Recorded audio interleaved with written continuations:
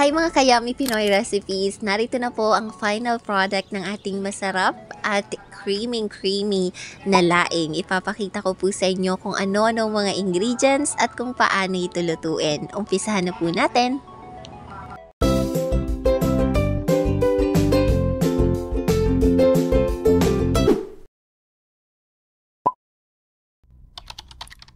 Gagamit tayo syempre ng dahon ng gabi. Gagamitin po tayo ng ground pork or giniling. Syempre hindi mawawala ang siling haba pero optional lang to. Gagamitin po tayo ng homemade bagoong pero pwede naman kahit binili mo lang yon sa labas. Syempre hindi mawawala ang luya at syempre gagamitin tayo ng bawang at ang kapartner nito, alam mo na yan kung ano, sibuyas. Bukod sa sibuyas, gagamit din po tayo ng siling labuyo. Kung gusto nyo ng ekstrang anghang. At syempre, gagamit tayo ng kakanggata. 2 niyog po ito. At gagamit din tayo ng pangalawang piga ng niyog na yon. Buksan natin ang kalan at iset ito sa medium fire. Maglagay po tayo ng katamtamang amount ng mantika. Hintayin po nating uminit ang mantika bago natin isaute ang ating luya. Next, isaute natin ang bawang. Isunod na natin ang sibuyas. Next, isunod na natin ang ating giniling or ground pork. Nailagay na rin pala natin ang ating homemade na bagoong, hindi ko lang siya naipakita. Sunod naman nating ilagay ang ating pangalawang tiga ng gata ng niyog na 2 piraso. Tapos haluin lang po natin ito.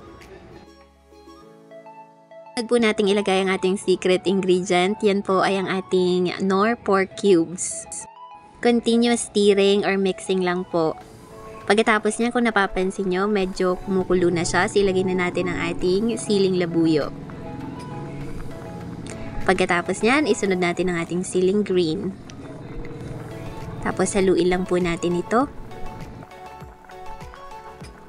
Sunod naman natin ilagay ang ating main ingredient. Ito po ang ating dried na dahon ng gabi.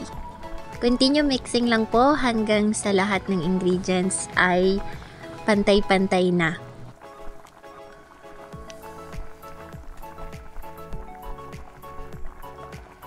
Ngayon, takpan po natin saglit at hintayin natin kumonti yung tubig. So, since konti na lang yung tubig, ilagay na natin ang ating kakanggata.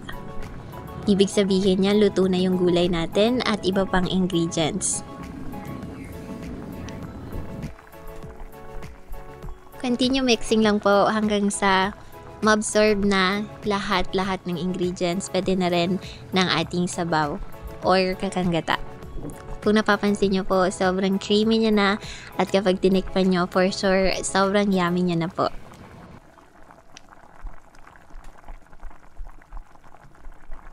Ayan, takpan po muna natin saglit at hintayin natin kumonti yung water niya. Ayan, dahil konti na nga lang yung tubig at gata na lang talaga yung natitira, halu-haluin lang din po natin ulit. Kapag okay na po sa inyo to, tingin ko okay na to, pwede na po natin itong hanguin para kumain na tayo.